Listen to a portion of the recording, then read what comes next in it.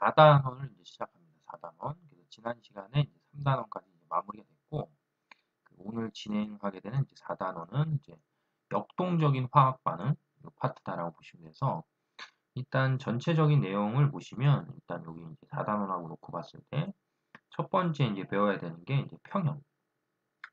평형이 어떤 개념이냐 이제 그걸 배우고 그 다음에 두 번째는 이제 뭘 배우냐면 이제 보통 우리들이 얘기하는 이제 킬러 파트다라고 표현하는 이 중화 반응 이 두 번째 나오고 그 다음에 세 번째는 이제 산화환원 반응이 또 있고 그 다음에 네 번째는 이제 화학 반응의 열출입 이렇게 해서 이제 크게 봤을 때 네 단원이다라고 보시면 돼요.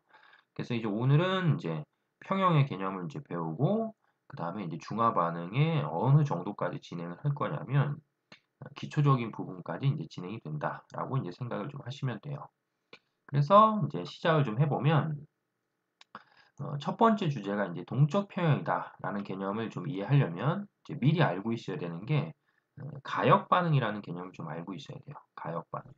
그래서 이제 가역 반응이라는 개념을 이제 이해하려고 하면 이제 머릿속에 뭐가 있어야 되냐면 요 내용이 있어야 되거든. 요 내용. 그래서 보통 이제 화학 반응에서 이제 왼쪽에는 편의상 이제 뭘 쓰냐 하면 반응물을 쓰고 그 다음에 오른쪽에는 편의상 이제 뭐를 쓰냐 하면 생성물을 보통 이렇게 쓴단 말이야. 그럼 이랬을 때 보통 반응물이 생성물로 되는 과정을 이제 뭐라고 부르냐면 정반응이 일어난다. 이런 식으로 이제 표현을 하는 거고 그 다음에 또 생성물이 역반응으로 되는 과정, 그러니까 생성물이 반응물로 되는 과정을 보통 우리가 뭐라고 부르냐면 역반응이 진행된다. 이렇게 표현한단 말이야. 아셨죠?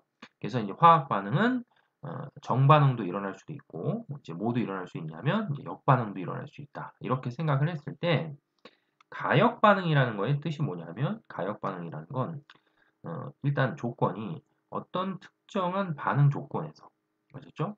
그래서 근데 그 특정한 반응 조건이라는 건 온도도 될 수 있고 압력도 될 수 있고 어떤 양도 될 수 있어요. 알겠죠? 그래서 어떤 온도나 압력이나 양이라고 하는 이 세 가지 뭐에 따라서 세 가지 조건에 따라서 어떤 화학 반응이 정반응도 일어날 수 있고 역반응도 일어날 수 있는 경우를 이제 뭐라고 하냐면 이제 가역 반응이다. 보통 이제 이렇게 표현한다라고 보시면 돼요.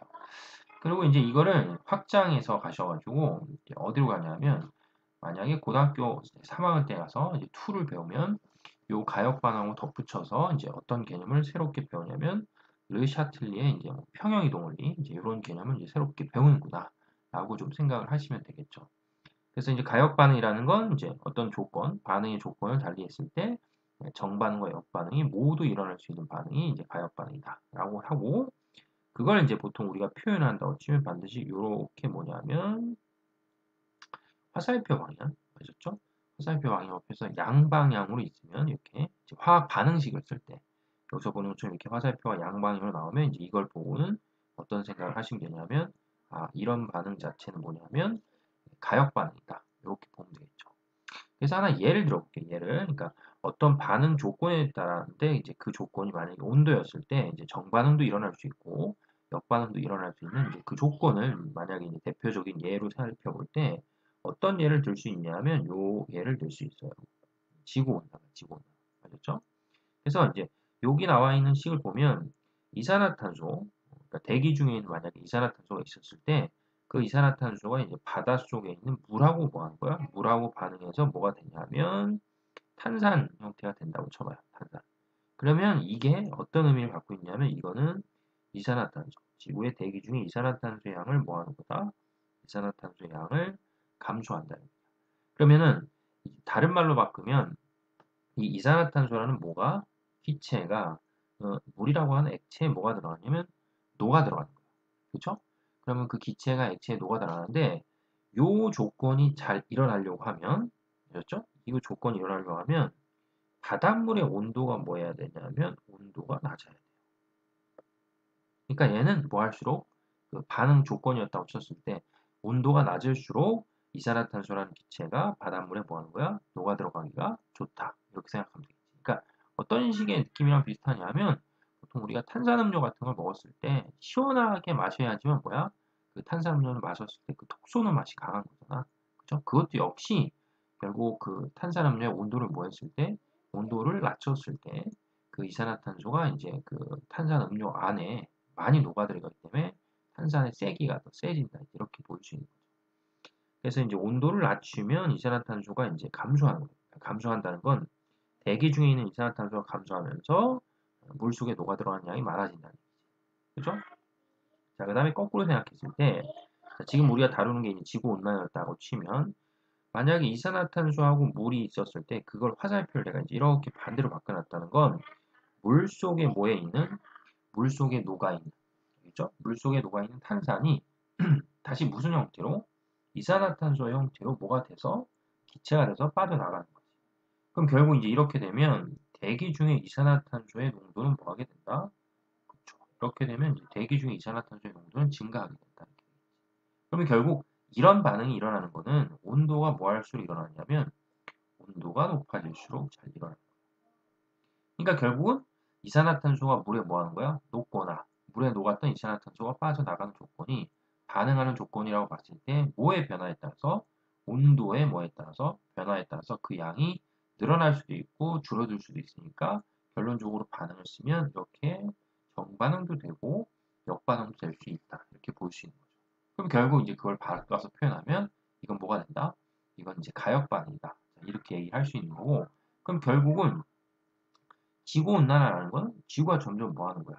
지구가 점점 뜨거워지는 거잖아. 그죠? 그럼 지구가 점점 뜨거워지니까 두 반응 중에 어떤 반응이 아래쪽 반응, 그죠?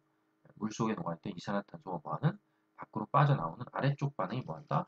더 심화되기 때문에 그걸 통해서 이제 지구온난화 현상이 이제 점점 더 심해진다라고 이제 생각을 하시면 되겠죠. 아셨죠? 자, 그 다음에 이제 세 번째로 하시면 세 번째 이제 뭐가 나오냐면 이제 비가역 반응이 나와요. 비가역 반응. 그러니까 비가역 반응이니까 앞에서 지금 설명한 게 뭐였다고 쳤을 때 가역 반응이라고 쳤을 때 그 앞에 뭐를 붙여놨으니까 비를 붙여놨으니까 뭐야? 가역 반응이 일어나지 않는다라는 의미를 포함을 하고 있는 거지. 그죠? 그래서 정반응만 일어나는 반응이던가 아니면 정반응에 비교해 봤을 때 거꾸로 가는 반응인 역반응. 그러니까 이제 뭐가 생성물이 반응물로 가는 역반응이 뭐 하는 거야? 거의 일어나지 않는 반응을 보통 우리가 비가역 반응이다. 이렇게 보시면 돼요. 그래서 대표적으로 봤을 때 연소 반응, 그 다음에 기체가 발생하는 반응, 그 다음에 중화 반응, 그 다음에 앙금 생성 반응 이런 공통적으로 어떤 반응들이 화학적 반응 혹은 화학적 변화들이 어떤 반응에 속하냐면 비가역 반응에 속한다. 이렇게 보시면 돼요. 그래서 보편적으로 봤을 때 우리가 이제 비과역 반응이라고 부르는 애들은 화살표로 봤을 때는 화살표를 항상 어떻게 화살표를 한쪽 방향 알겠죠? 화살표를 한쪽 방향으로만 뭐 하는 것들이 표현하는 것들이 이제 비가역 반응이구나라고 이제 생각을 하시면 되죠. 그래서 이제 우리가 이제 문제를 푸는 과정에서는 어떤 화학 반응식 뭐 이게 이제 비가역 반응이냐 가역 반응이냐라는 걸 이제 물어보는 문제가 만약에 나온다고 치면은 그거는 결국엔 첫 번째 해결할 수 있는 게 뭐야? 화살표. 화살표가 이렇게 한쪽 방향으로 되어 있는지 아니면 양방향으로 되어 있는지를 갖고 뭐 하던가 판단하던가 아니면 대표적인 이제 비가역 반응이 뭐 연소나 중화나 기체가 발생하는 반응 혹은 앙금 생성 반응 이런 것들을 뭐 하는 거야? 암기를 해놨다가 이제 써먹는 거죠. 그러니까 실제로 화학 반응식을 보고 이 반응이 가역이냐 이 반응이 비가역이냐라고 물어보는 문제 자체는 그닥 좋은 유형의 문제는 아니다라고 이제 생각을 하시면 돼요. 그래서 지금 첫 페이지에서 이제 설명을 드린 게 뭐냐면 화학 평형을 하기 전에 가역 반응이라는 걸 개념이 어떤 거냐라는 거에 대해서 이제 설명을 좀 드렸어요. 자, 그래서 첫 페이지 설명을 했고 그 다음에 이제 다음 페이지로 넘어가시면 이게 뭐가 나오냐면 이제 동적 평형이라는 개념이 나와요. 알겠죠? 동적 평형이라는 개념이 나와서 동적 평형이라는 건 이제 일단은 뭘 먼저 인지하는 게 좋냐면 평형이라는 개념을 먼저 인지하는 게 좋겠지. 그죠? 그래서 평형이라는 게 어떤 두 가지 현상이 일어나는 속도가 서로 같아서 겉으로 보았을 때는 아무런 변화가 없는 것처럼 보인다. 이렇게 했는데 요거를 이제 고등학교 1학년 때 배웠던 통합과학의 삼투 현상하고 연관지어 좀 생각을 먼저 해볼게요. 그래서 통합과학에서 배울 때 이제 어떤 걸 배웠냐면 자, 그림의 왼쪽에 농도가 낮은 용액이 있고 농도가 높은 용액이 있어. 그럼 농도가 낮은 용액이라는 건 다른 말로 바꾸면 무슨 뜻이냐면 물의 양이 뭐하다? 물의 양이 많다. 이렇게 볼 수 있겠죠. 그지? 농도가 낮기 때문에. 그럼 농도가 높다는 건 다른 말로 하면 물의 양이 뭐하다? 물의 양이 작다. 이렇게. 그러면 우리가 이제 자연스러운 현상이라는 걸 생각했을 때 당연히 물이 뭐하는 쪽에서, 그치, 물이 많은 쪽에서 물이 뭐하는 쪽으로, 적은 쪽으로 물이 이동하는 현상이 뭐다? 자연스러운 거야. 그럼 결국 여기가 농도가 낮고 여기가 농도가 높았다고 쳤을 때 농도가 높은 쪽에서 낮은 쪽으로 물이 뭐하는 거야? 이동해서 가는 거죠. 근데 그것만 있는 게 아니고 실제적으로 봤을 땐 농도가 뭐하는 쪽에서 높은 쪽에서 어느 쪽으로 낮은 쪽으로 움직여서 가는 물의 양도 있어요. 근데 우리는 알자 이동량을 비교했을 때, 이 두 개를 합한 알자 이동량을 비교했을 때는 농도가 낮은 쪽에서 농도가 높은 쪽으로 가는 양이 뭐하기 때문에 많기 때문에 농도가 낮은 쪽의 수면은 뭐하는 거고 내려가는 거고, 농도가 높은 쪽의 수면은 뭐하는 거야? 올라가게 되는 거죠. 그죠? 그러면 결국에 이제 요 반투과성 막을 기준으로 물이 이제 이렇게 이동하는 것도 있지만 극히 일부의 입자들이 뭐 하는 거야? 이쪽으로 이동하는 양도 뭐 한다? 생길 수 있다. 이렇게. 그럼 그래서 그렇게 이제 왔다 갔다 하는 현상이 일어나다가 어느 순간에 자, 이렇게 됐다고 쳐. 그러니까는 우리가 시각적으로 봤을 때 뭐 하는 거야? 아무 변화가 없이 자, 무슨 상태의 느낌이냐면 이런 느낌이에요. 정지돼 있는.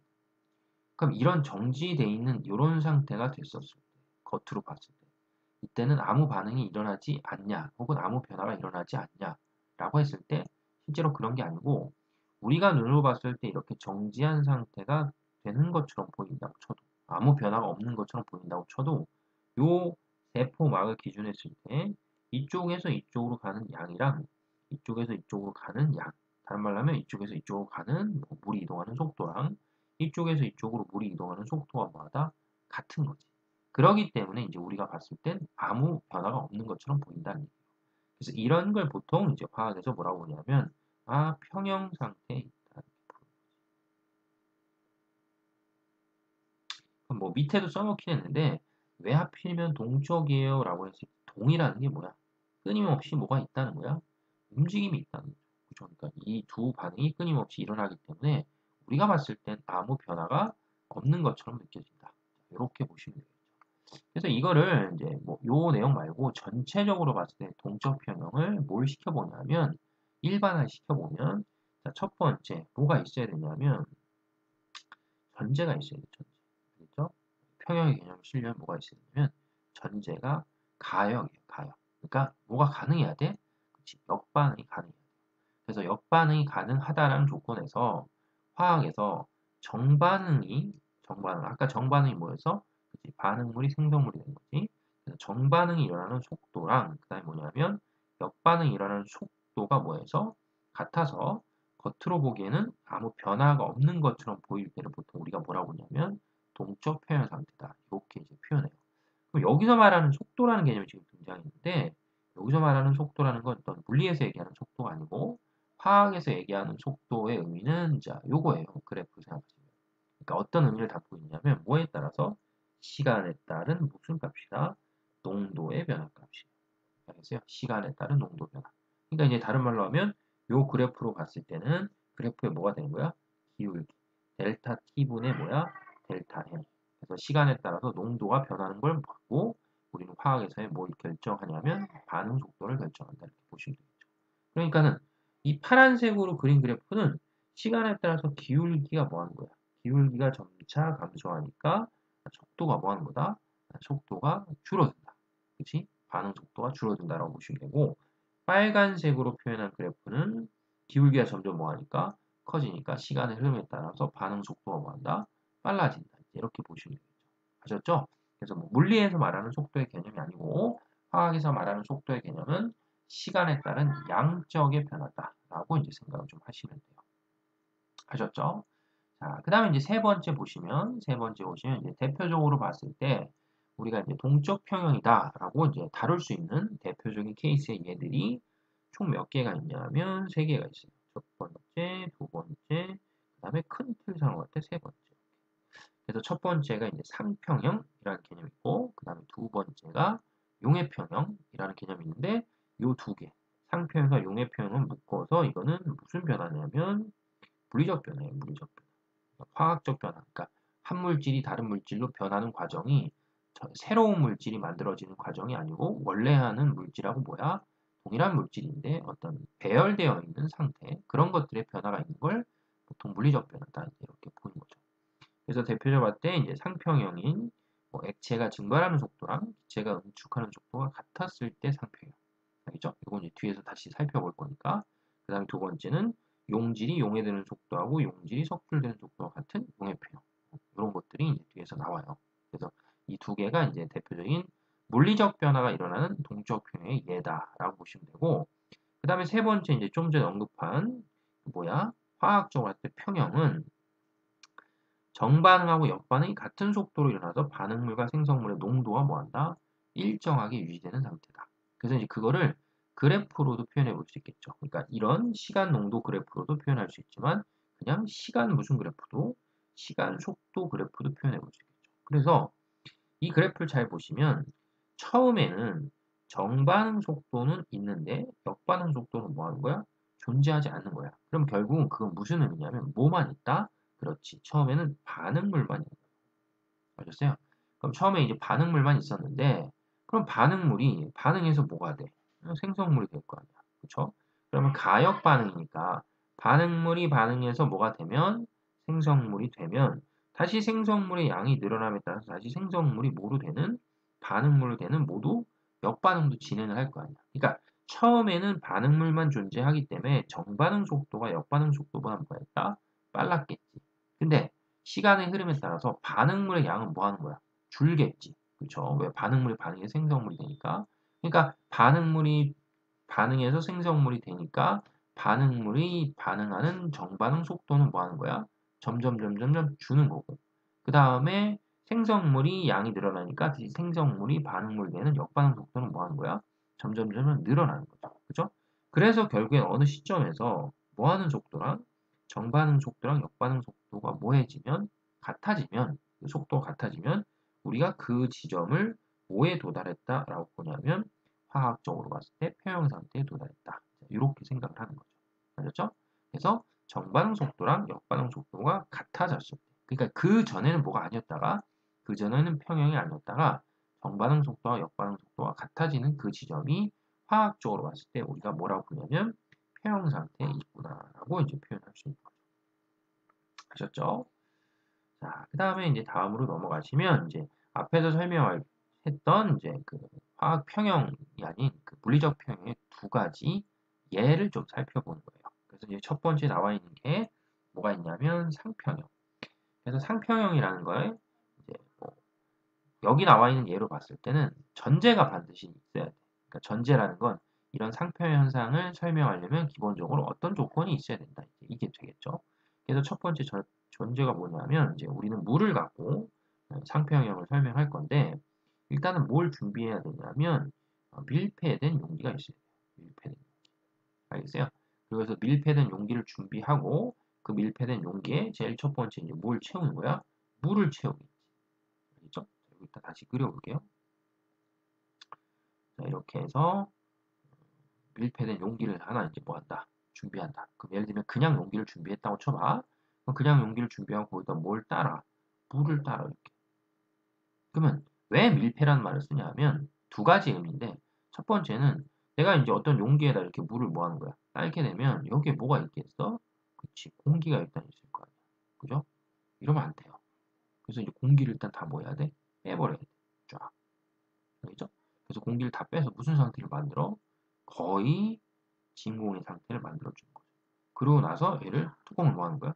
뚜껑을 완전히 닫아버리는 거지. 이렇게 해야지만 뭐야? 제대로 된 실험이 되는 거야. 그래서 일단 밀폐된 용기를 뭐 하는 거야? 준비하고 그 다음에 두 번째 전제는 뭐냐면 그 용기에 온도를 뭐 하게 한다? 온도를 일정하게 한다. 알겠죠? 그래서 온도를 일정하게 유지하는 거야. 그러고 나서 걔네를 뭐 하냐면 가만히 냅둬 보는 거야. 그럼 가만히 냅둬 보면 요 상태에서 무슨 일이 일어나냐면 요 수면이 점점 아래로 내려가요.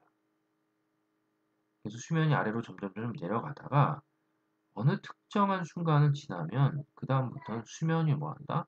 수면의 높이가 더 이상 뭐 하지 않는다? 더 이상 내려가지 않는 순간이 찾아온단 말이야. 그러면 결국 이런 현상이 이제 왜 일어나냐라고 했을 때 처음에는 내가 탁 뭐 하는 거야?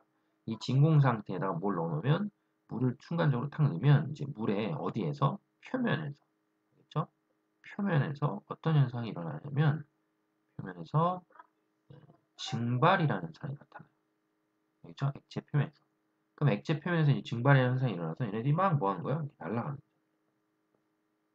그러면 이건 이제 화학 반응 그 가역 반응으로 표현했을 때 H2L이 H2O 뭐가 되는 반응이 G가 되는 증발이 일어나는 반응이 일어나는 거죠. 알겠어요? 그래서 이제 그렇게 일어나다가 조금 시간이 지나면 그럼 요 통 안에 이제 뭐가 이렇게 쌓이는 거야. 이렇게 통 안에. 그렇지. 수증기가 이렇게 쌓이겠죠. 이렇게 그림에서 보는 거죠. 그럼 통 안에 수증기가 쌓이면 그 통 안에 쌓여있는 수증기가 다시 뭐 하는 거야? 다시 물로 돌아와요. 그럼 다시 물로 들어온다는 건 무슨 반응이 일어나서? 역반응이 일어나서 뭐 했던 놈들이 증발을 했던 놈들이 다시 뭐가 되면서 응축이 되면서 물로 뭐 하는 거야? 되돌아온다. 그죠? 그래서 다시 여기서 이제 시간이 지나면 결국은 뭐 하는 속도랑 이 바깥쪽으로 날아가. 자, 여기 세 보세요. 바깥쪽으로 날아. 증발하는 게 몇 개? 하나, 둘, 몇 개? 세 개. 그치? 그리고 되돌아오는 게 몇 개야?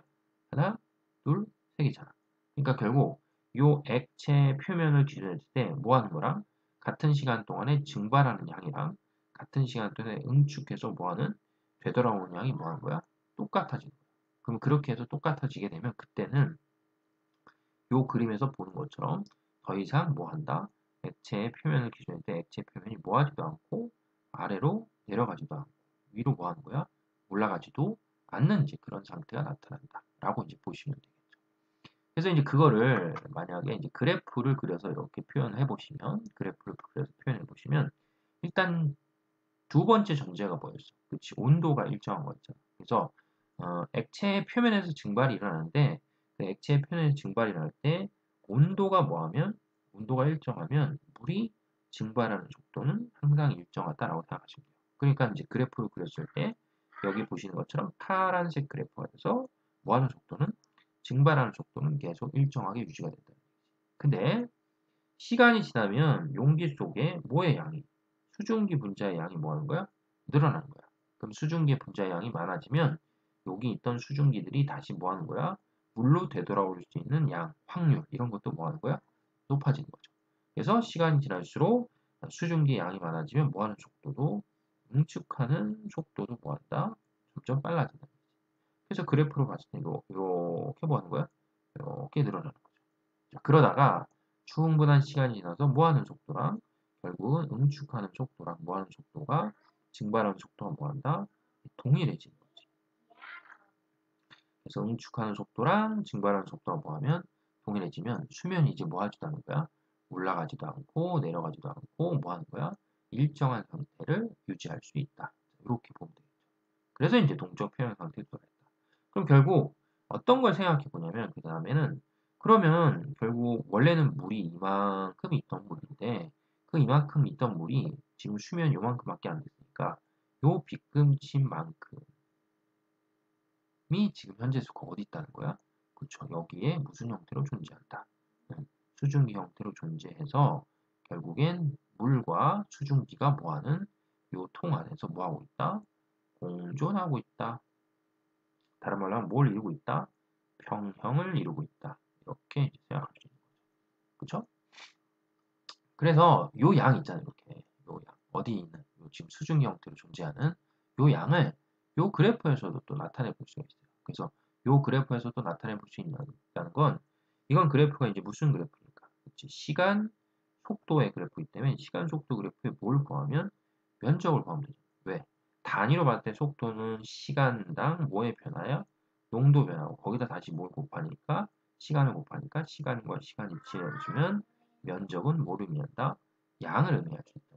그러면 결과적으로 놓고 봤을 때 이 그래프에서 자, 증발이 일어나는 양만큼이 이 큰 면적이 될 거 아니야. 그리고 응축이 일어나는 양만큼이 요 면적이 되겠죠. 그러면은 자, 색깔로 표현해서 봤을 때 요 양만큼, 요 양만큼이 생기겠지. 그렇죠? 그래서 요 양만큼이 보통 우리가 할 때 R자 증발량이다 라고 해서 내가 지금 요 빗금친 요 영역에 뭐 하는 거야? 요 영역에 해당하는 부분이 어디예요? 라고 물어보잖아. 그 부분에 해당하는 영역이 어디냐고 하면 원래 있었던 물의 양이 뭐 한 거야? 증발해서 여기 날아가 있는 그 양이다. 이렇게 생각을 해볼 수가 있겠죠. 아셨죠? 자, 그리고 이제 마지막으로 두 개만 더 해보면 되는데 그게 뭐냐면 조금 전에 설명했던 무한은 속도, 증발 속도. 증발 속도는 온도에 의해서도 결정이 된다라고 볼 수 있는데 그거 말고도 또 뭐가 있냐면 증발이 일어나는 뭐다? 표면적도 영향을 미쳐요. 그러니까 엄마가 빨래를 하고 나서 빨래를 막 구겨놓는 게 아니고 그걸 뭐야 잘 펴놔야지 빨래가 잘 마르는 거지. 왜? 표면적인 넓어지고. 그 다음에 만약에 물에서 증발이 일어난다고 치면 물에 섞여 있는 어떤 용질, 아셨죠? 용질. 만약에 예를 들면 어떤 특정한 용질이 물하고 성질이 비슷해서 서로 끌어당기는 힘이 뭐하면 강하게 되면 물이 뭐하는 거를 증발하는 걸 또 막을 수가 있겠죠. 그래서 증발 속도에 영향을 주는 건 온도도 있을 수 있고 뭐도 있을 수 있고 표면적도 있고 뭐가 되냐면 물에 포함되어 있는 용질도 가능하다라고 생각하면 되겠죠. 자, 그리고 아까 이제 여기서 얘기했던 상평형의 기본적인 전제는 뭐여야 돼? 밀폐용기였잖아, 밀폐용기. 그러니까 만약에 뭐 하지 않으면 만약에 밀폐용기가 아니었다고 쳐. 알겠죠? 그럼 결국 밀폐용기가 아니었으면 뭐하는 속도는 변하진 않지만 증발하는 속도는 변하진 않지만 뭐하는 속도가 응축하는 속도가 뭐 할 수 없다? 늘어날 수가 없어요. 왜? 뭐에 있기 때문에? 열려 있기 때문에 바깥으로 뭐 하는 거야? 빠져나간단 말이야. 아까 설명했을 때 응축되는 속도라는 건 이 밀폐된 용기 안에 들어가 있는 뭐에 의해서 결정이 되는 거야? 수증기 양에 의해서 결정이 된다. 그럼 결국 이게 밀폐돼 있으면 이게 증발을 함으로 해서 수증기가 여기 점점 쌓이면서 응축되는 양이 늘어날 수 있는데 이걸 뭐에 넣으면 개방돼 있어. 열어놓으면 뭐하는 속도가 응축되는 속도가 절대로 뭐다? 증발 속도랑 같아질 수 없기 때문에 동적 평형 상태에 도달할 수 없는 거야. 그럼 결국은 어떤 값이 어떤 값보다 크냐 하면 항상 증발하는 속도가 응축되는 속도보다 뭐하겠어? 크겠죠. 그러니까 결국 시간이 지나면 뭐한다? 평형에 도달할 수 없고 다 뭐한다? 다 날아가 버린다. 라고 생각을 하시면 되겠죠. 다음 페이지 넘어가면 이제 뭐가 나오냐면 용해평형이란 개념이 나와요. 그래서 용해평형은 일단 용해평형을 이해하려면 용해라는 현상을 이제 알아야 되겠지. 그래서 용해라는 현상은 뭐가? 용매라는 게 뭐에? 용질을 뭐 하는 거야? 녹이는 거예요. 그렇죠? 그래서 용매에 용질이 녹아들어는 현상을 보통 우리가 뭐라고 하냐면 용해다 이렇게 부르는 거지. 그래서 이제 보편적으로 봤을 때 지금 여기다 다 뭘 써놨어? 액체, 액체, 액체 이렇게 썼을 때 뭐 액체에 당연히 고체가 뭐 하는 거야? 녹아 들어가면 액체에 고체가 용해된다. 이렇게 표현하고 그 다음에 액체에 기체가 뭐 하면 녹아 들어가면 액체가 기체에 뭐 한다? 용해된다. 그러니까 결국 이 앞에 있는 것들 고체, 기체 이런 애들이 뭐가 되는 거야? 그런 것들이 이제 용질이 되는 거죠. 용질. 그렇죠? 그리고 이 뒤에 있는 놈들이 뭐가 되는 거야? 용매가 된다. 이렇게 표현하는 거지. 근데 만약에 역시 만약에 둘 다 액체면 어떻게 되냐 이거야. 맞았죠? 그래서 둘 다 액체인 경우에 누가 용매고 누가 용지냐라고 물어보면 그거는 뭘 갖고 결정하시면 되냐면 양이 뭐한 거? 양이 많은 걸 갖고 결정하시면 돼요. 그러니까 우리가 보통 수용액이다라는 표현을 쓰잖아. 수용액. 그죠? 그럼 수용액이라는 표현을 쓰면 수용액이니까 그 뭐가 물이 뭐라는 의미가 있는 거야. 물이 용매다 이런 의미가 있는 거예요. 근데 예를 들면 그냥 에탄올 용액이었다고 쳐. 아셨죠? 에탄올 용액이다라는 말을 표현하면 이건 이제 물하고 에탄올하고 뭐 했는데 섞여 있는데 뭐의 양이 에탄올의 양이 물의 양보다 뭐한 거야? 더 많다라는 의미가 이제 생기는 거죠. 그죠? 만약에 물이 더 많으면 뭐라고 불러야 되겠어? 에탄올 수용액이다 이렇게 불러야 되고 에탄올 용액이라고 부르면 물보다는 뭐가 더 많은 거다? 에탄올이 더 많은 거다. 이제 이런 의미가 되겠죠. 그래서 우리가 용해라는 현상 자체는 이렇게 뭐 용매랑 용질을 좀 이제 구분할 수 있어야 되고 그 용해라는 현상 자체가 용매에 용질이 뭐 하는 거야? 녹아 들어가는 현상이다라고 보시면 되겠죠. 그래서 그런 용해라는 현상에 영향을 주는 요인이 있는데 첫 번째는 이제 용매와 용질의 뭐다? 관계. 이거는 이제 3단원에 배웠던 개념하고 좀 관련 있는 건데 어차피 여기서 나오는 용매는 이제 물밖에 안 나오니까 물이 가장 대표적인 뭐야? 용매가 떴을 때 물이 뭐가 되는 거야? 물이 극성인 분자가 되는 거죠. 그럼 물이 극성인 분자가 됐을 때 그 극성인 분자에 잘 녹아 들어가는 뭘 얘기하면 용질을 만약에 얘기하잖아? 그럼 걔도 반드시 뭐 한다? 걔도 반드시 극성이 돼야 돼요. 그래서 보통 이제 우리가 이런 관계를 뭐라고 하냐면 이렇게 되는 거지. 그러니까 이거 뭐 한다? 끼리끼리 논다 이제 이런 얘기죠. 그래서 화학적으로 봤을 때 극성을 띠는 놈은 극성을 띠는 놈하고 잘 섞이는 거고 무극성을 띠는 놈은 무극성을 띠는 놈끼리 뭐 한다? 서로 잘 섞인다. 자, 이렇게 보면 되겠지. 됐죠? 그 다음에 두 번째는 이제 용해평에서 또 나오는 두 번째가 뭐냐면 용해에서 온도가 있어요. 온도. 그러니까 이제 그래프를 보시면 뭐에 따라서 온도가 올라감에 따라서 어디에 용매인 물에 여기 기준이 있죠. 얼마라고? 100g. 용매인 물 100g에 뭐 할 수 있는 녹을 수 있는 뭐의 양이 용질의 양이 점점 뭐 하는 거야? 늘어나는 거죠. 아셨죠? 그러니까 결국은 온도랑 오는 용해되는 정도는 뭐 한다? 비례한다. 이렇게 보시면 되겠죠. 근데 이게 모든 물질에 다 적용이 되는 게 아니고 보편적으로 봤을 때 어떤 물질이냐면 주로 고체인 물질. 이것도 역시 모든 고체가 다 되는 건 아니겠지. 그래서 주로 고체인 물질이 온도가 높아짐에 따라서 용해도가 뭐 하냐면 용해도가 올라갈 수 있다. 이렇게 이제 생각을 하시면 되겠죠. 그래서 여기 나와 있는 그래프가 이제 그거야. 온도가 올라감에 따라서 용해도가 뭐 하냐면 용해도가 증가하는 거다라고 보시면 되겠죠. 근데 항상 이 용해하고 관련지어서 이제 그래프가 나올 때 여러분들이 꼭 같이 생각해야 되는 게 뭐냐면 요 개념이에요. 여기 나와 있는 요 개념이 이렇게 같이 따라다녀야 되거든. 그러니까 이제 언제 배운 거냐면 이것도 역시 중학교 때 다 배웠던 것들이지. 그래서 요 개념이 같이 따라다녀야 돼서 그러니까 무슨 의미가 있냐면 만약에 이제 B하고 C라는 지점을 봐봐. B하고 C라는 지점은 어떤 의미를 갖고 있냐면 80도 C라는 뭐에서 온도에서 80도 C라는 온도에서 용해도가 얼마야?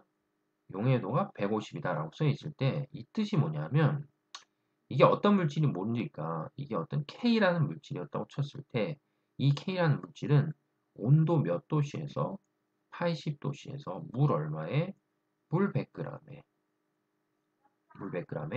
뭐 할 수 있는 최대로 녹아 들어갈 수 있는 양이 얼마냐면 150g이다. 그럼 우리가 이렇게 최대로 녹아 들어가 있는 이런 상태를 뭐라고 부르냐면 이런 상태를 포화 상태 이렇게 불러요. 그럼 만약에 B라는 지점을 생각했을 때 B라는 지점은 지금 뭐에 도달해 있는 거야? 그치, 포화 상태에 도달해 있는 거잖아. 그러면 그거하고 비교할 때 C라는 지점은 온도는 똑같지만 아직 녹아있는 양이 얼마밖에 안 되니까, 그치, 100밖에 안 되니까 아직 포화가 안 됐으니까 이게 뭐가 되는 거야? 얘는 불포화 상태다. 이렇게 표현할 수 있겠죠. 그죠? 그럼 A는 뭐예요? 라고 했을 때 A는 엄밀히 치면 무슨 상태냐면 과포화 상태인데 과포화 상태라는 개념을 오늘 설명하면 괜히 머릿속에 오류가 생길 수 있기 때문에 오늘은 포화, 불포화만 좀 설명을 해드릴게요. 그래서 포화라는 거는 정해져 있는 뭐에서 온도에서 뭐 할 수 있는 최대한 녹을 수 있는 용질의 양을 우리가 포화됐다라고 부르는 거고 그 온도에서 그거보다 더 적게 녹아 있으면 뭐 되어 있다? 불포화되어 있는 상태다 이렇게 부르는 거지. 근데 지금 우리가 배우고 있는 거는 뭐기 때문에 동적 표현 상태이기 때문에 이런 걸 동적 표현 상태라고 뭐 해야 돼? 연관지어서 이제 생각을 좀 해보셔야 돼요. 그래서 연관지어서 생각해 보려면 지금까지 설명한 게 뭐였다고 쳤을 때 용해라는 현상, 녹아 들어가는 이렇게 뭐 하는 거야? 용질이 있었을 때 용질이 용매에 녹아 들어가는 현상을 배웠다고 치면 다시 또 무슨 현상이 있냐면 여기가 이제 용질이 들어왔어. 그럼 용질이 이렇게 녹아 있었을 거 아니야? 그럼 그 녹아있던 용질이 다시 뭐 할 수 있는? 다시 바깥으로 빠져나갈 수 있는 무슨 현상이 있다? 석출이라는 현상이 있어요. 석출. 알겠죠? 그러니까 석출이라는 현상을 표현했을 때 석출이라는 건 물에 뭐 하지 않는 거야? 물에 녹지 않는 상태가 돼서 뭐 하는 거야? 이렇게 결정으로 자기네들끼리 뭐 하는 거야? 모여 있는 걸 우리가 석출 상태다 이렇게 부르는 거죠. 그럼 만약에 내가 여기다 뭘 집어넣어? 용지를 막 집어넣어. 그럼 용지를 막 집어넣는데 집어넣다 보면 처음에 집어넣을 땐 잘 녹다가 어느 순간에 뭐야? 이런 침전물이 생겼다는 거죠. 알겠죠? 그럼 이런 침전물이 생겼다는 거 의미는 뭐 되고 있다는 거야? 그렇지, 석출되고 있다는 얘기야. 아셨죠? 그래서 용해라고 하는 현상이 있었을 때, 그러니까 용질이 용매에 녹아 들어가는 현상이 있었다고 치면 거꾸로 봤을 때 용매에 녹아있던 용질이 바깥으로 다시 뭐 하는 거야? 빠져나오는 현상을 보통 우리가 석출된다. 이렇게 생각하시면 되겠죠. 그러면 여기서 이제 가지면 안 되는 오개념이 뭐냐면, 그럼 여기는 용액은 지금 무슨 상태요? 라고 물어보잖아. 그럼 애들이 항상 하는 게 뭐냐면 과포화 상태 이렇게 얘기하거든. 절대 그런 게 아니에요. 알겠지? 과포화 상태라는 그 의미는 원래 포화 상태보다 더 과하게 물질이 녹아있다는 뜻이기 때문에 이거랑 전혀 관련이 없어요. 그래서 결국은 여기선 이 용액이 무슨 상태요? 라고 물어보면 이 용액은 그냥 무슨 상태야? 이 용액은 그냥 포화 상태다. 이렇게 생각하시면 아시겠죠? 헷갈리면 안 돼요. 그래서 지금 설명한 개념이 뭐 하는 것도 있고, 용질이 용매에 녹아 들어가는 용해라는 현상이 있고, 그 다음에 녹아 들어갔던 용질이 다시 빠져나오는 보다 석출하는 개념이 있다. 그러면 결국은 용해평형이라는 거 의미는, 용해평형이라는 거 의미는 뭐가 되는 거냐면, 뭐 하는 속도랑 뭐 되는 속도랑 용해에서 들어가는 속도랑 뭐 하는 속도랑 빠져나오는 석출되는 뭐야? 속도가 서로 뭐해서 같아서, 그렇죠? 같아서 겉으로 봤을 땐 뭐야? 아무 변화가 없는 이제 그런 상태를 뭐라고 보냐면 용의 평형 상태다. 이렇게 표현할 수 있는 거죠.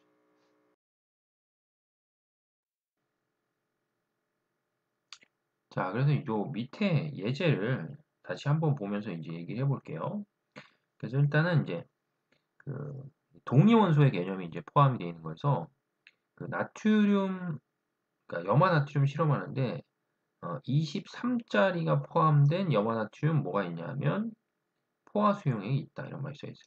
그럼 이제 보통 우리가 생각했을 때 포화라는 말이라고 하면은 이게 뭐 하는 거니까, 그치? 꽉 차 있는 거잖아. 그럼 왠지 뭐 한다? 더 이상 들어갈 수 없다 이렇게 생각할 수 있는데, 지금 포화라는 거 의미는 동적 평형 상태이기 때문에 뭐 하는 속도랑 좀 전에 설명한 용의 색도랑 이제 뭐 하는 속도가, 석출하는 속도가 뭐 하는 거야? 똑같은 상태예요. 그러면은 결국은 NA라는 놈이 뭐가 되어 있다고 쳤을 때, 포화가 되어 있다라고 쳤을 때, 그죠? 포화가 되어 있다고 쳤을 때, 그러니까 이 그림을 갖고 생각해 보는 거예요. 이렇게. 이 그림을 갖고 생각해 보면 이제 내가 지금 이 스푼으로 NA가 포함된 염화나트륨 뭐 하는 거야? 집어넣어. 그럼 그게 뭐 하는 거랑 들어가서 뭐 하는 속도랑 용해되는 속도랑 그게 다시 이제 뭐해서 들어가서 뭐 하는 빠져나오는 뭐 하는 속도가 석출하는 속도가 뭐해서 같아서 뭘 유지하고 있었다? 자, 동적 표현 상태를 유지하고 있었어. 근데 거기에다가 동일한 나트륨이긴 하지만 뭐가 틀린, 중성자 수가 틀린 이제 24NA가 되는 나트륨을 뭐 하는 거야? 다시 넣어보는 거예요. 요 안에다. 그럼 다시 안에다 이제 집어넣게 되면은 이 기존에 있던 NA가 무슨 상태에 유지되어 있습니까? 요런 동적 표현 상태에 이제 유지되어 있으니까, 자, 다시 써보면 뭐가 NA 플러스 얼마짜리가 23짜리가 뭐하는 속도랑 용해되는 속도랑 그 다음에 NA 플러스 얼마짜리가 23짜리가 뭐하는 속도, 바깥으로 빠져나오는 석출 속도가 뭐한 거야? 뭐 서로 같은 거야. 그 편의상이 빠져나와서 석출된다는 건 이제 물에 녹지 않는 거니까 그냥 이렇게 표현해 봅시다. 그렇죠? 그래서 얘네들이 이제 뭐 하는 게 이렇게 존재하는 거랑 이렇게 존재하는 게 뭐 하는 거야? 어, 똑같다라는 거 의미보다는 이렇게 되는 속도, 용해되는 속도랑 이제 석출되는 속도가 동일하다 이제 이런 얘기지. 근데 거기에다가 이제 추가적으로 뭘 집어넣는 거야? 24짜리 이제 NA를 다시 집어넣는 거야. 그럼 추가적으로 24짜리 NA를 집어넣으면 24짜리 NA가 또 뭐 할 수 있어? 또 녹아 들어갈 수 있는 거예요. 그러니까 왜 또 녹아 들어갈 수 있다는 생각을 하냐면, 이건 기존에 있는 뭐가 있었을 때, Na 플러스가 있었을 때, 그 기존에 있는 Na 플러스가 만약에 뭐 된다고 쳐봐. 석출된다고 쳐봐. 그럼 석출된다고 치면, 원래 수용액 안에 NA 23짜리 NA가 뭐 하는데? 예를 들면 가득 차 있었다고 쳐봐. 근데 그게 석출이 되면은 뭐 하는 거야? 수용액에서 빠져나가니까 예를 들면 한 자리가 뭐 하는 거예요? 비는 거죠. 그럼 결국 그 빈 자리를 다시 누가 들어와서 24짜리 Na 플러스가 들어와서 뭐 하는 거야? 다시 또 채워준다. 이렇게 생각하면 되는 거죠. 그죠? 그러니까는 포화 수용액에 도달해 있다라고 해도 포화 수용액에 도달해 있다라고 해도 내가 거기에다가 또 다른 물질을 뭐 하는 거야? 또 다른 물질을 또 집어넣어도 어차피 용해하고 석출이 계속적으로 뭐 하기 때문에 계속적으로 일어날 수 있기 때문에 뭐 할 수 있다? 녹아 들어갈 수 있다라는 생각을 뭐 하는 거야? 해야 된다는 얘기죠. 알겠죠? 그래서 24NA가 포함된 염화나트륨을 넣으면 겉보기에는 반응이 멈추는 것처럼 보이지만은 시간이 지나면 가라앉아 있는 염화나트륨의 고체뿐만 아니라 포화 수용액에도 누가 발견된대. 24NA가 뭐 하는 거야? 발견될 수가 있다라는 얘기예요. 그래서 이 이유는 항상 가만히 있는 게 아니고 뭐 하는 거랑 끊임없이 용해되는 거랑 끊임없이 뭐 하는 게 속출되는 게 일어나고 있기 때문에 원래 포화 상태에 있던 거에 다른 걸 집어넣어도 그놈도 역시 뭐 할 수 있다? 녹아 들어갈 수 있다. 이런 생각을 좀 하시면 되겠죠. 아셨죠? 그래서 요게 이제 뭐냐면 용해 평형의 개념이다라고 이제 보시면 되겠죠. 자, 그 다음에 이제 다음으로 넘어가시면 이제 물리적 평형들을 해본 거고 다음에 있는 건 이제 화학 평형이다라는 얘기요. 어차피 지금 우리가 배우는 게 이제 화학이니까. 그래서 이제 화학적으로 봤을 때 평형이라는 거의 어떤 특징이 뭐냐라고 했을 때, 자, 기본 전제. 어디서만 가능하다? 그렇지. 가역 반응에서만 이제 성립하는 거고, 그 다음에 두 번째는 평형에 도달했다고 치면 정반응이 일어나는 속도랑 역반응이 일어나는 속도가 뭐하다? 그렇지. 같다라고 이제 생각하면 되겠고, 그 다음에 이제 더 중요한 것들. 평형이 뭐하면 평형에 도달했다라고 치면 반드시 어떤 용기가 있었다고 치면 그 용기에 반응물하고 생성물이 뭐한다? 그렇지, 함께 존재한다 라고 보시면 되겠고 그 다음에 마지막으로는 반응물과 생성물의 농도가 평형에 도달했으니까 농도가 뭐하게? 농도가 일정하게 유지가 된다는 얘기예요. 조금 이따 일정하게 유지된다는 요 그래프를 다시 살펴볼게요. 근데 여기서 이제 하면 안 되는, 알겠죠? 하면 안 되는 게 뭐냐면 농도가 일정하게 유지된다는 게 자칫 잘못 생각해서 뭐하는 거랑 반응물하고 생성물이 뭐하다고 생각하면 안 돼? 반응물하고 생성물의 양이 같다라는 건 아니에요. 알겠죠? 그래서 반응물하고 생성물의 양이 물론 같을 수도 있겠지. 우연히. 그죠? 그 우연히 물론 같을 수도 있지만 보편적으로 봤을 때 반응물하고 생성물의 양이 같다라는 뜻이 아니고 반응물하고 생성물이 함께 존재하면서 반응물하고 생성물의 농도가 뭐하다? 일정하게 유지된다. 그럼 누가 왜 일정하게 유지되냐라고 물어보면 뭐하는 속도랑, 그렇지? 정반응이 일어나는 속도랑 뭐하는 속도가 역반응이 일어나는 속도가 뭐하기 때문에 같기 때문에 일정하게 유지된다. 자, 이렇게 보시면 되겠죠. 그래서 이제 화학 평형으로 놓고 봤을 때 가장 대표적인 게 여기서 있는 이산화질소하고 자산화이질소가 서로 뭐 하는 거야? 서로 가역적으로 왔다 갔다 하는 반응이 대표적인 이제 화학평형의 반응이다라고 보시면 돼요. 알겠죠? 그래서 제목이 뭐냐면 자산화이질소의 뭐야? 생성과 뭐다? 분해다. 이거예요. 알겠죠? 그래서 첫 번째 이제 뭐냐면 그림과 같이 젓갈색을 띠는 뭐다?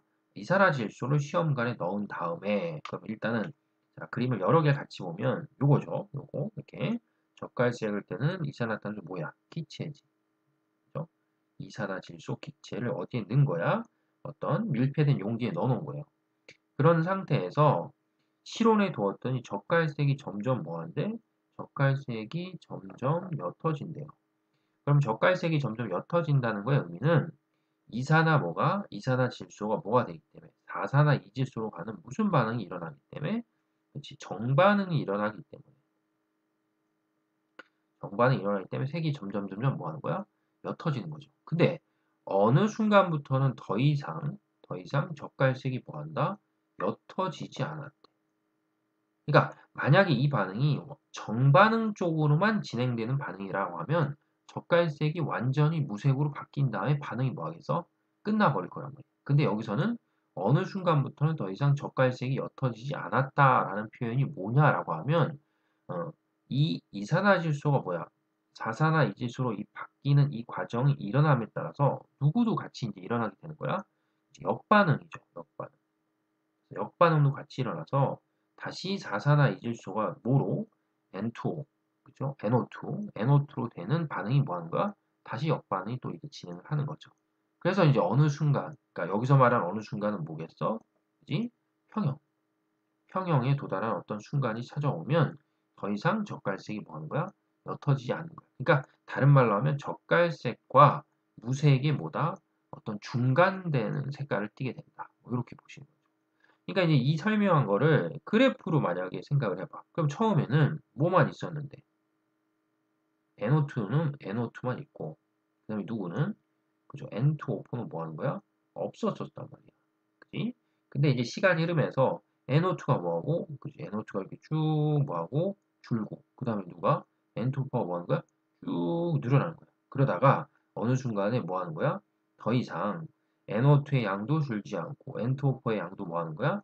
늘어나지 않는 그런 순간이 찾아오면 그런 순간이 뭐에 도달했다라고 보냐면 화학적으로 봤을 때 동적 평형 상태에 도달했다. 이렇게 볼 수 있는 거죠. 하셨죠? 근데 이제 이게 그럼 얘네들이 이렇게 모순 상태를 유지하고 있었어? 자, 평형 상태를 유지하고 있었어. 알겠죠?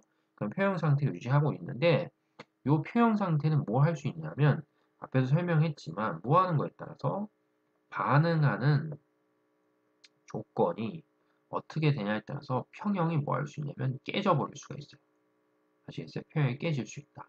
그래서 특히 사사나 이제 이질소 반응에서 온도를 뭐 하는 거냐면 온도를 낮추는 경우랑 온도를 높이는 두 가지 경우가 있어요. 알겠죠? 그래서 온도를 낮추는 경우랑 온도를 높이는 두 가지 경우가 있는데 자, 일단 무슨 상태에 도달했을 때 자, 평형 상태에 도달해 있는 거예요. 이렇게 평형 상태에 도달해 있었을 때 사사나 이질소는 온도를 뭐 하냐면 온도를 낮추면 정반응이 우세하게 일어나요. 그러면 평형 상태에서 있었는데 온도를 낮추면 정반응이 우세하게 되는 거니까 자, 이 반응이 우세하게 되니까는 여기 지금 설명한 걸로는 젓갈색하고 무색이 뭐였어? 중간이었다는 거예요. 그치? 색깔이 예를 들면 뭐 중간쯤 되는데 거기에서 뭐 하면 온도를 더 낮추게 되면은 어느 쪽으로 더 가는 거야? 무색 쪽으로 더 반응이 더 진행돼서 젓갈색이 점점점 뭐 하는 거야? 더 옅어지게 된다. 자, 이렇게 되는 거고 그 다음에 거꾸로 봤을 때 온도를 뭐 하냐면 온도를 높여줘요. 알겠죠? 그럼 온도를 높여주면 어떤 반응이 우세하게 일어나냐면 역반응이 우세하게 일어나요. 그럼 결국 온도를 높여주면 역반응이 우세하게 되니까 어떤 중간적인 색깔을 띄었다가 온도가 점점 올라감에 따라서 색이 무슨 색에서? 그렇지. 무슨 색으로? 젓갈색으로 뭐 한다? 젓갈색으로 바뀌어 간다. 이렇게 생각해 보면 되겠죠.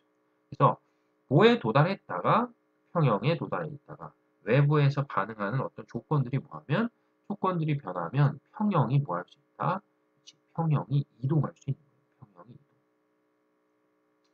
그래서 그 평형이 이동하는 거를 아까 서두에서 설명했던 르 샤틀리에의 평형 이동 원리라는 개념을 통해서 이제 화학 2에 가면 뭐냐면 다시 배울 수 있구나라고 이제 생각하시면 되겠죠. 아셨죠? 자, 그래서 지금까지 설명드린 게 뭐냐면 이제 화학에서 봤을 때 평형의 개념이다 라고 보시면 되겠고 잠깐 쉬었다가 이제 그 다음 부분인 이제 그 뭐를 배울 거냐면 산과 염 이 단원 이제 물의 자동